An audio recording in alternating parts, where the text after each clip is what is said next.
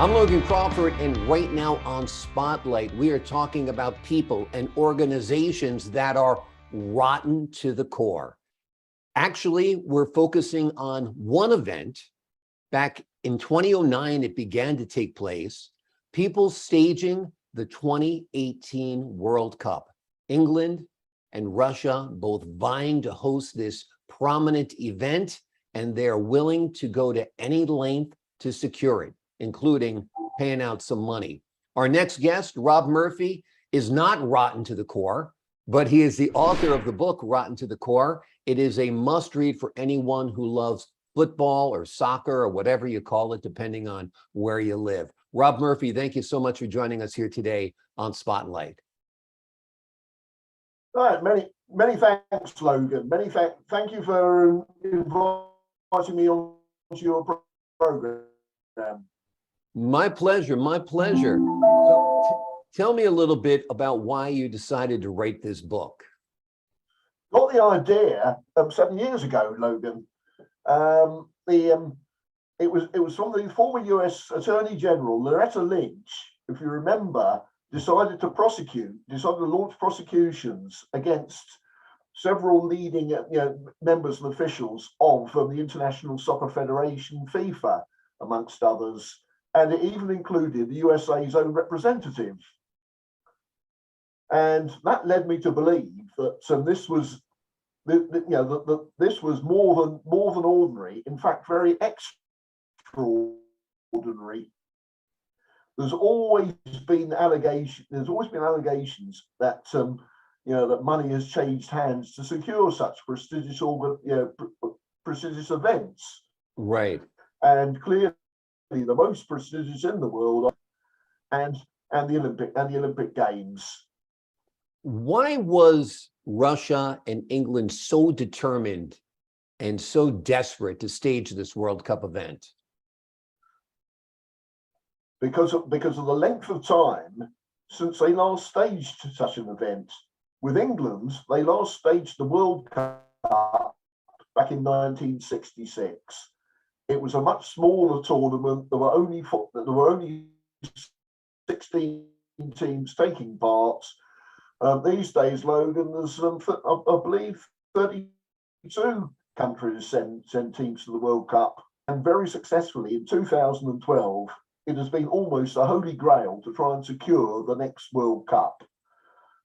They have tried before, most notably in 2000 to try and secure the 2006 World Cup, and their bid failed because the long-standing problem of soccer hooliganism was still prevalent and manifested itself in that year's European Championships, so it ended up with Germany being the hosts. With Your Russia, book focuses on the then Secretary General of FIFA. Tell us a little bit about what kind of pressure he was facing and what kind of money he was offered. Well, Russia desperately wanted to stage the tournament. The last time that any major sporting event took place there, and I was going to come to that, was back in 1980 when they staged the Olympic Games. If you remember, several countries, including the USA, refused to take part as a protest against the Soviet Union's invasion of Afghanistan the year before. So Russia was desperate to stage the World Cup, and when Russia wants to get something, there is something in their national psyche. They can be very ruthless, and they are sometimes ready to go beyond what is acceptable. Absolutely. With They can be. Picard, with François Picard, there was a certain amount of payback because Russia had supported France's bid to stage the 1998 World Cup and were expecting a favour in return. And oligarchs close to the Russian president were ready to offer money to both Picard and to other members of FIFA in return for them deciding to give the World Cup to Russia. It was an offer that was tough to refuse. They were going to give money to Picard that would actually change the trajectory of the rest of his life, right? Very much so. He found himself in a hole because as part of the plan to land Russia the World Cup was to support what appeared to be a no-hoper bid for the European Soccer Championships in 2016 by Scotland and Wales. His reckoning was that if Scotland and Wales failed to stage the tournament, that by extension they would undermine England's reputation and competence, and that people would not back an England bid. Amazing. The passions over football are incredible. I mean, just this past weekend, we saw like 175 people die in Indonesia. Yeah, you mean the match out in Indonesia? Yes, I heard about that. Yeah, it's not the only incident. There have been many incidents right across the world, and the United Kingdom's not been immune.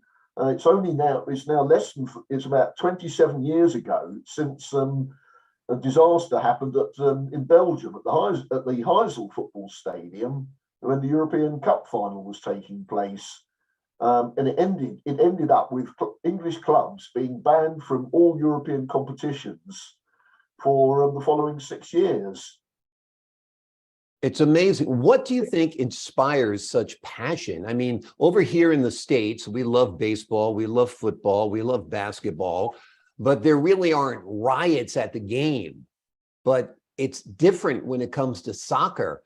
I think it's region versus region, country versus country, community versus community, that each want to kind of met out their own revenge or, power. It does at club level. Almost every club in the English Football League has a close will have a close rival. I mean, good examples are in Manchester, but Manchester United's main rival is Manchester City. Their neighbours are across on the other side.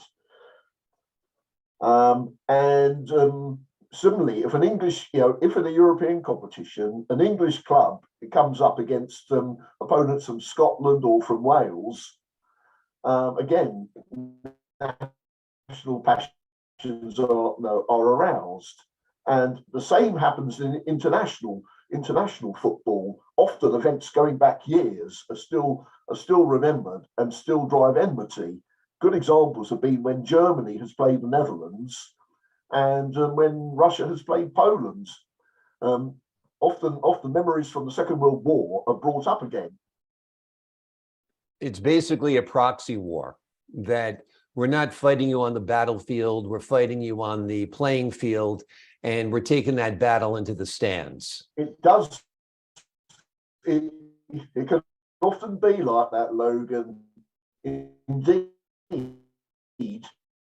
many of the UK media, UK newspapers were heavily critical in 1996, where they were using, particularly when the semi-final, which was between England and Germany, they were resorting to language from the Second World War.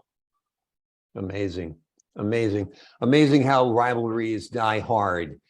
Are you working on anything else right now? This book is fantastic. I would imagine you've got other books churning up here at the very least, but perhaps you put pen to paper. At the moment, only in my head, Logan. Okay. I'm waiting to see whether Rotten to the Core sells well and provides me with the capital to afford what is a considerable cost of promoting and marketing novels these days. Absolutely. Well, it's a sensational book. I would think that all of those people who are passionate about the sport would be fascinated to see what happened behind the scenes when England and Russia were going head to head, each trying to host the World Cup back in 2018. And not only sports fans, Logan. I think people with interest in political intrigue might be interested, because there's a subplot connected with the attempts by Scotland and Wales to stage Euro 2016, and Francois Picard's attempt to undermine that, that bid, because he had realised he had supported a bid against his own country, and he was trying to desperately undo that. And as he does so, he digs himself into a larger and larger hole. He goes to the point of even hiring a contract assassin to try and take out some people with knowledge of what's happened. Unbelievable. Yeah, it's a riveting tale. It's a morality tale, really, if you look at what happened to Francois Picard. And you're right, whether you're interested in politics, whether you're interested in corporate structures, whether you're interested into the sporting world, you will see what happens when people are trying to reach that top level. They will go to great lengths, and in many cases, they will be rotten to the core. The name of the book is Rotten to the Core. It is written by Rob Murphy. It is a sensational book. It's available anywhere you'd like to buy books. Rob Murphy's website is on our TV screen right now. Of course, you can also go to Amazon and you can get it on Kindle or paperback to read at your leisure. Rob Murphy, thank you so much for joining us here today on Spotlight. Logan, many thanks for inviting me. My pleasure, my pleasure. And perhaps when I'm in London again, we'll raise a pint together. We might, Logan. I will be attending the London Book Fair next April, so that might be an opportunity.